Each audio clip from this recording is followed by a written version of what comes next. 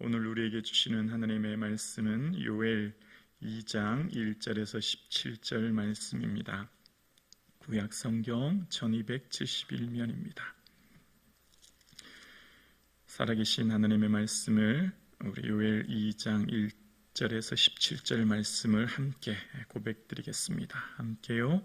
시온에서 나팔을 불며 나의 거룩한 산에서 경고의 소리를 질러 이 땅의 주민들로 다 떨게 찰지니 이는 여호와의 날이 이르게 됨이니라. 이제 임박하였으니 곧 어둡고 캄캄한 날이요 짙은 구름이 덮인 날이라. 새벽빛이 산 꼭대기에 덮인 것과 같으니 이는 많고 강한 백성이 이르렀음이라.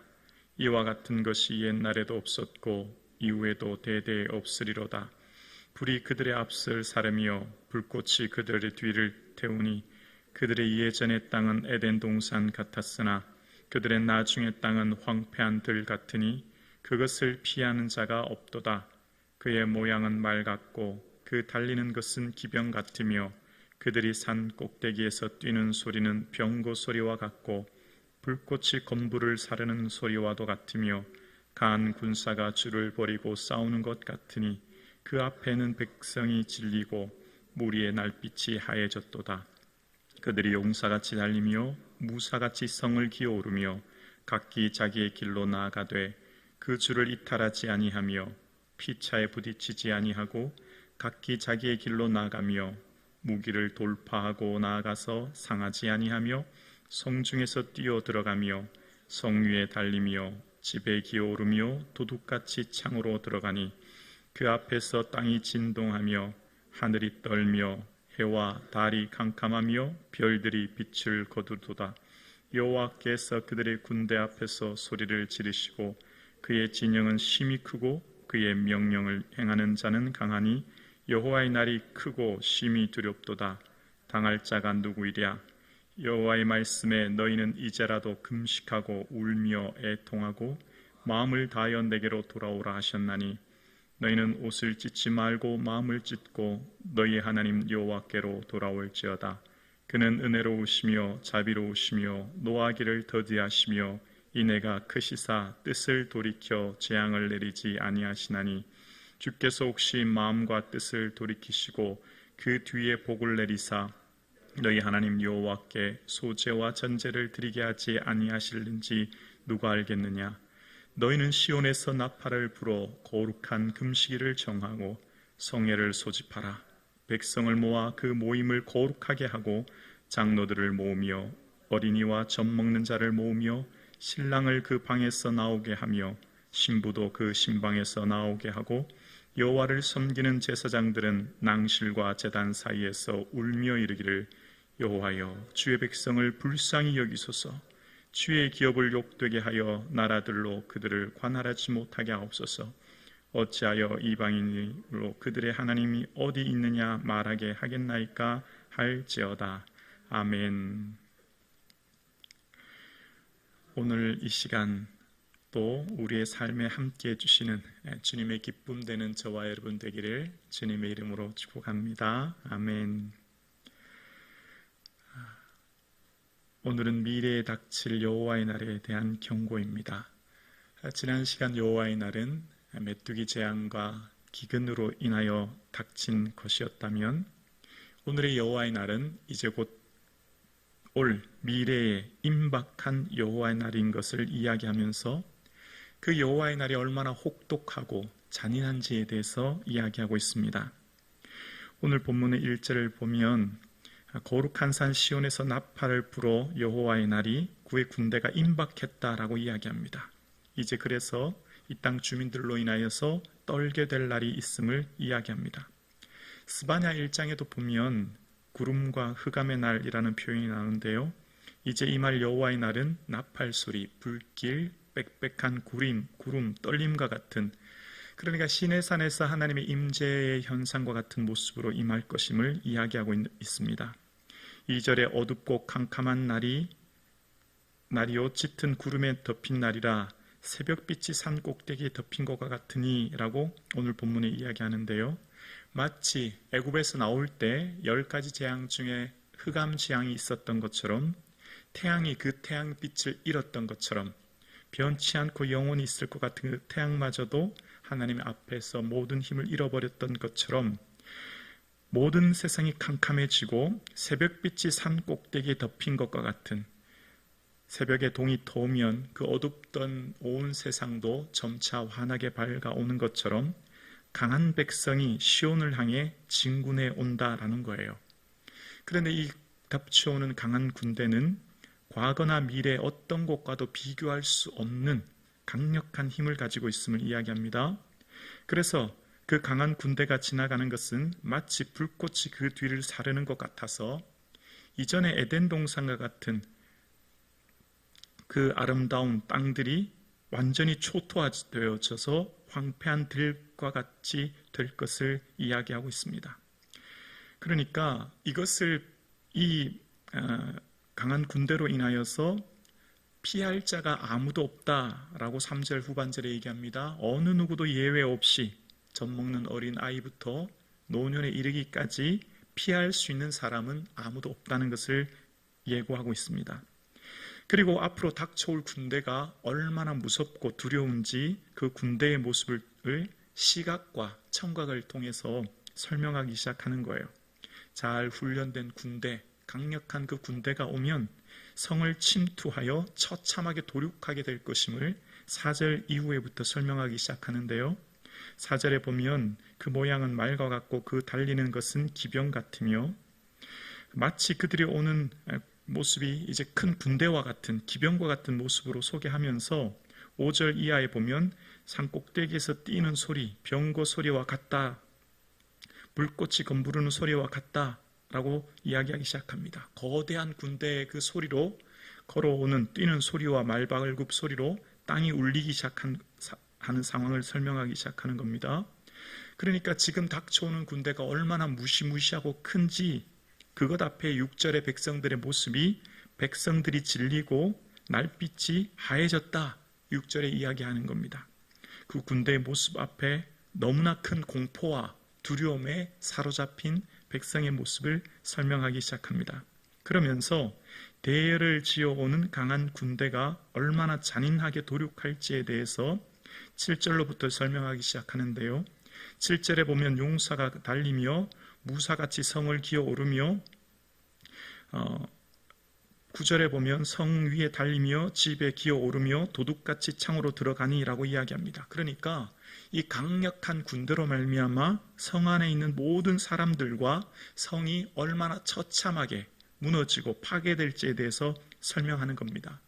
그러면서 그런 군대 앞에, 그 앞에 심지어 10절에 보면 땅이 진동하고 하늘이 떨고 해와 달이 캄캄하고 별들이 빛을 잇는다, 그렇게 얘기합니다. 여러분, 해, 달, 별, 땅, 어떤 상징입니까? 영원히 변치 않을 절대적인 상징물 아닙니까? 어떤 누구도 인간의 힘으로는 어찌할 수 없는 게 태양 아닙니까? 이 땅 아니냐고요. 그런데 절대적인 하나님의 그 전능하심 앞에 모든 자연 만물들도 그 빛을 잃어버리는 여호와의 날에 얼마나 강한지 당할 자가 없다고 11절에 이야기하고 있는 것을 봅니다. 그러니까 미래에 닥칠 여호와의 날이 얼마나 두렵고 무서운지를 잔인하게 설명하기 시작하는 거예요. 여호와의 날은 어떤 날입니까? 의인에게는 구원의 날이지만 악인에게는 심판의 날이에요. 요엘서에는 이 시기가 없고 또 죄에 대한 내용이 없듯이 어쩌면 오늘 우리에게 닥칠 여호와의 날은 무엇일까요? 오늘 이 시대, 오늘 우리가 이곳에서 말씀을 읽는 우리에게 여호와의 날은 어떤 날일까요? 곧 다시 오실 재림의 날인 거죠. 그것이 종말의 날인 거죠. 예수님 다시 오실 그때인 거죠. 예수님 다시 오실 그때에 의인에게는 구원의 날이지만 악인에게는 심판의 날인 거죠. 예수님을 믿는 자들에게는 영원한 영광의 날이요, 은혜스러운 날이요, 이것보다 더 큰 축복은 없는 날이죠. 반대로 믿지 않은 자들에게는 끔찍한 심판의 날입니다. 반드시 천국과 지옥은 있습니다. 반드시 천국과 지옥은 있고 모든 사람들은 반드시 하나님 앞에 다 서게 되어 있습니다. 믿는 자이든 믿지 않은 자이든 예외가 없습니다. 어린 아이부터 노년에 이르기까지 온 모든 민족들이 결국은 하나님 앞에 서게 되죠. 여호와의 날은 예외 없이 닥치게 되고 그 끔찍한 현상을 오늘 설명하기 시작합니다. 지옥이 얼마나 처참하고 두려운지를 기억해야 됩니다. 지옥을 기억해야 하나님의 은혜를 기억할 수 있고, 지옥의 그 끔찍한 현상에서 구원받은 우리의 은혜가 얼마나 큰지를 깨닫게 되는 거예요. 우리에게 있는 믿음이 얼마나 소중한지를 알게 되는 거죠. 오늘 함께 예배드리신 저와 여러분, 감사의 첫 번째가 예수 그리스도인 줄로 믿습니다. 예수님 계셔서 감사한 거예요. 이건 세상 어떤 것과도 비교할 수 없는, 이것 외에, 이것 빼고는, 예수님 빼고는 우리에게 복이 없습니다. 예수님 빼고 우리에게 참된 감사와 기쁨이 없지요. 온 천하를 얻고도 제 목숨을 잃으면 무엇으로 유익하겠습니까? 여러분, 예수님으로 인하여 기뻐하고 감사할 수 있기를 주 이름으로 축원합니다. 예수님, 내 안에 계신 예수님, 오늘 하루를 살게 해주셔서 감사합니다. 첫 번째가 예수님이고요, 그 다음 건강과 자녀와 삶의 자리인 거죠. 오늘 함께 예배드리시는 여러분, 우리는 예수님으로 인하여 저 영원한 하나님 나라를 선물 받았습니다. 이 땅뿐만 아니라 우리는 이제 저 영원한 하나님 나라에서 주와 함께 영원히 거할 날을 그리워하고 사모하고 기대하고 바라볼 수 있기를 소원합니다. 생각만 해도 설레고 기쁘고 매 순간마다 곧 오실 주님을 준비하며 사실 수 있기를 주의 이름으로 축원합니다. 사람들은 이 땅을 영원히 살 것처럼 생각해요. 그런데 병원에 갔을 때 몸이 좀 불편해서 병원에 갔더니 말기암이라고 시한부 진단받으면 이제 6개월 남았다고, 4개월 남았다고 얘기 들으면 그때서야 비로소 자신이 어떤 존재인지를 깨닫습니다. 여러분, 우리는 모두가 시한부 인생이에요. 우리는 모두가 시한부 인생 아닙니까? 비록 그 시간이 30년, 40년, 어떤 사람 50년 남긴 했지만 다 시한부 인생이에요. 그런데 우리는 모두가 마치 이 세상에서 영원히 살 것처럼 착각하면서 여기서 모든 부와 명예와 영광, 이 땅의 소망 두고 누리며 살려고 해요. 그래서 어쩌면 우리의 기도 제목도 이 땅에서 모든 걸 누리려고, 얻으려고, 소유하고 해결하고 얻으려고 하는 기도가 아닌가 생각해 보아야 합니다. 하나님 나라를 소망하고 바라보고 곧 다시 오실 주님을 준비하는 저와 여러분 되기를 주의 이름으로 축원합니다. 우리는 정직이에요. 정직이. 잠시 맡겨둔 것 관리하는 정직이에요. 모든 것 다 임대받아 쓰는 거예요. 생명도 시간도 물질도 잠깐 임대받아서 쓸 뿐 결국 내 역사를 주님 앞에 가져가야 됩니다. 내 것은 아무것도 없어요. 착각하면 큰일 나요. 내 것이라고 하는 순간 우리는 교만하게 되고요. 우리는 하나님 더 이상 필요 없게 되어집니다. 모든 것이 주께로부터 받은 것인 줄로 믿습니다.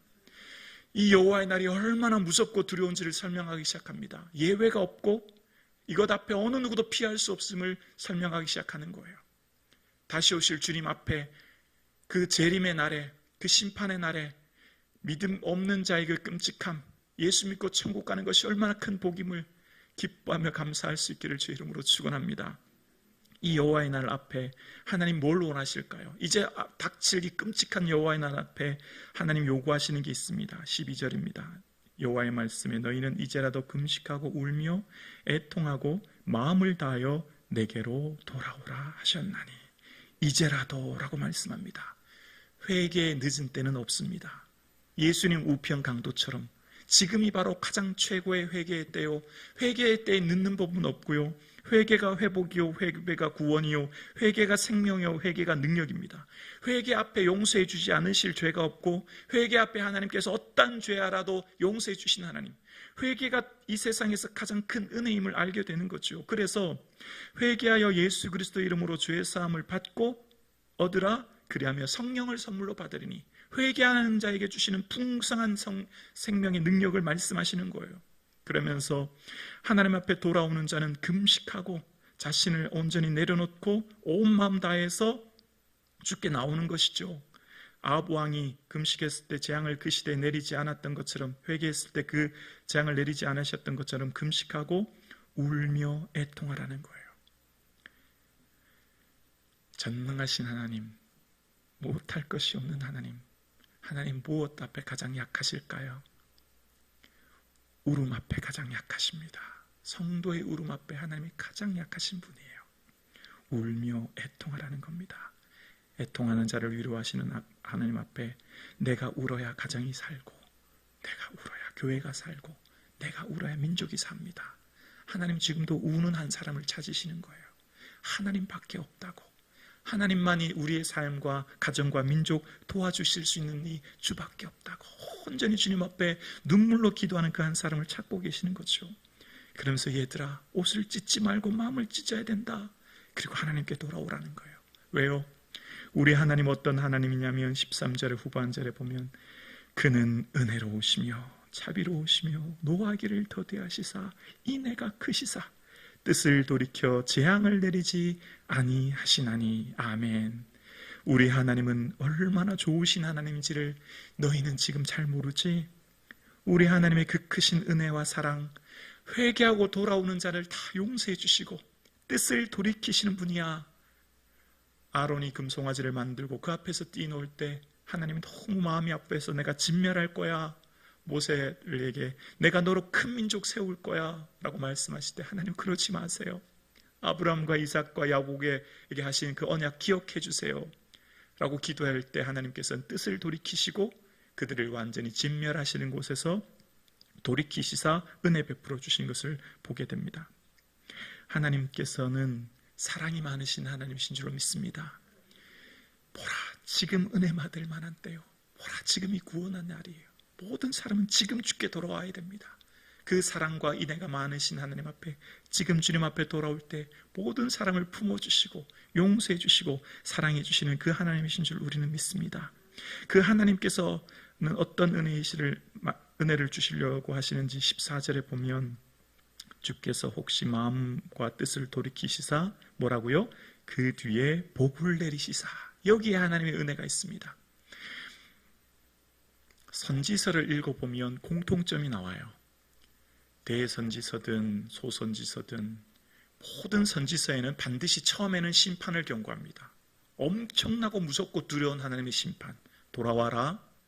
그러지 않으면 이처럼 강력한 심판으로 너희들을 징계할 거야 라고 하시면서 큰 징계를 선포합니다. 대부분의 선지자들의 모습이 그렇죠. 그런데 꼭 반드시 그 후반부에는 회복과 위로와 소망의 하나님을 소개합니다. 징계가 목적이 아니라는 거예요. 어머니가 아이를 왜 때려요? 매질하는 게 목적이 아니에요. 돌이키도록, 돌아오도록, 어머니의 마음을 알도록, 그건 너에게 잘못한 거야. 그렇게 살면 안 돼. 라고 하면서 진정한 징계의 목적은 내가 널 얼마나 사랑하는지 아니? 그거 얘기하시는 거예요. 대부분의 선지서들의 공통점이에요. 그러니까 왜 앞 전반부에 그 무시무시한 강한 군대의 모습을 비유했을까요? 왜 성을 도륙시키고 잔인하게 멸망한다고 얘기했을까요? 돌아오라는 거죠. 이처럼 무서운 심판이 있다는 것입니다. 그리고 그 뒤에 복 주시고자 하는 하나님의 마음을 좀 헤아려 알라는 거예요. 그래서 이후에 아시는 것처럼 주님께서 주 여호와 내가 내 영을 만민에게 부어주시겠다고 하시는 그 은혜를 이후에 말씀하시는 겁니다. 하나님은 은혜로우신 분이에요. 하나님 사랑이 많으신 분이에요. 징계하고 심판하여 그들을 고통스럽게 하시는 하나님 분이 아니라 그렇게 말씀하시는 것은 돌아오라는 거죠. 더 큰 은혜 주시고자 하는 하나님의 뜻을 말씀하시는 거예요. 그러면서 하나님께서는 말씀하십니다. 이스라엘 백성들, 오늘날 우리 성도들에게 그 진노 앞에 여호와의 날 앞에 15절입니다. 뭘 원하시는지 말씀하시기를 너희는 시온에서 나팔을 불어 거룩한 금식일을 정하고 성회를 소집하라. 주 앞에 나오라는 겁니다. 여호와의 날이라고 하는 임박한 진노의 날, 무시무시한 그 진노의 날 앞두고 있는 그들에게 하나님 바라시는 것은 너희 힘으로 그것을 막거나 너희 능력으로 할 수 있는 것 아무도 없다. 인간의 힘으로 막을 수 있는 사람 아무도 없다. 오직 주님 앞에 나와야 된다라고 하는 것을 말씀하시는 겁니다. 그리고 성회를 소집하라는 거예요. 그리고 성회를 소집하는데 하나님께서 16절에 보면 백성을 모아 그 모임을 거룩하게 하고 장로들을 모으며 어린 아이와 젖 먹는 자를 모으며 신랑을 그 방에서 나오게 하며 신부도 그 방에서 나오게 하고 라고 이야기합니다. 여러분,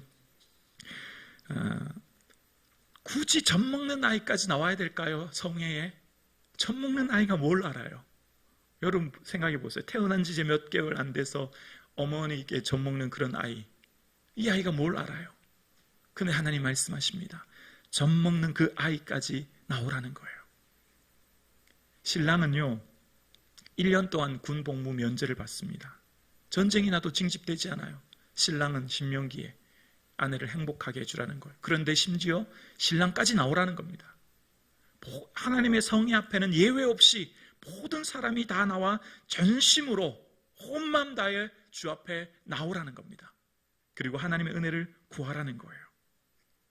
하나님께 나오는 것은 예외 없이 모든 사람이 온 마음 다하여 주께 나올 것을 이야기하는 겁니다.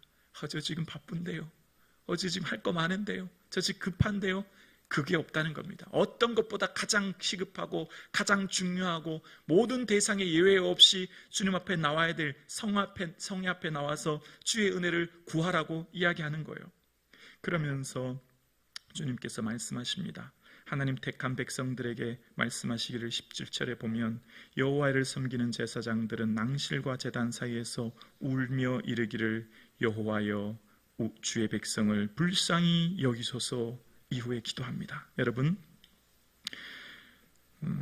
하나님께서 제사장들, 오늘 저와 여러분 하나님의 거룩한 제사장으로 부름받은 우리에게 원하시는 게 뭘까요? 임박한 여호와의 날 앞에, 이 두렵고 무시무시한 여호와의 날 앞에 요구하시는 것은 주님 앞에 울며 나오라는 겁니다. 그리고 어떻게 해요? 주의 백성을 불쌍히 여겨달라는 거예요. 하나님, 나는 아무것도 할 수 없는 연약한 자입니다. 자기 비움, 자기 비화, 나는 아무것도 아닌 존재임을 고백하는 것, 주님 불쌍히 여겨달라고 고백하는 것. 어떻게 고백한다고요? 울면서 고백하는 거죠. 여러분, 성경에 등장하는, 그러니까 신약에 예수님 앞에 나왔던 사람들, 불쌍히 여겨달라고 했던 사람들의 공통점이 있어요. 수로보니게 여인, 귀신 들린 딸을 둔 수로보니게 여인, 또 두 시각장애운, 앞을 볼지 못하는 사람들, 불에도 물에도 넘어지는 귀신 들린 아들 둔 아버지, 다 예수님 앞에 나와서 한 말이 불쌍히 여겨달라는 거예요. 왜죠? 내 힘으로도 어떤 누구도 도와줄 수 없는 인생의 절박함 가운데 있는 사람입니다.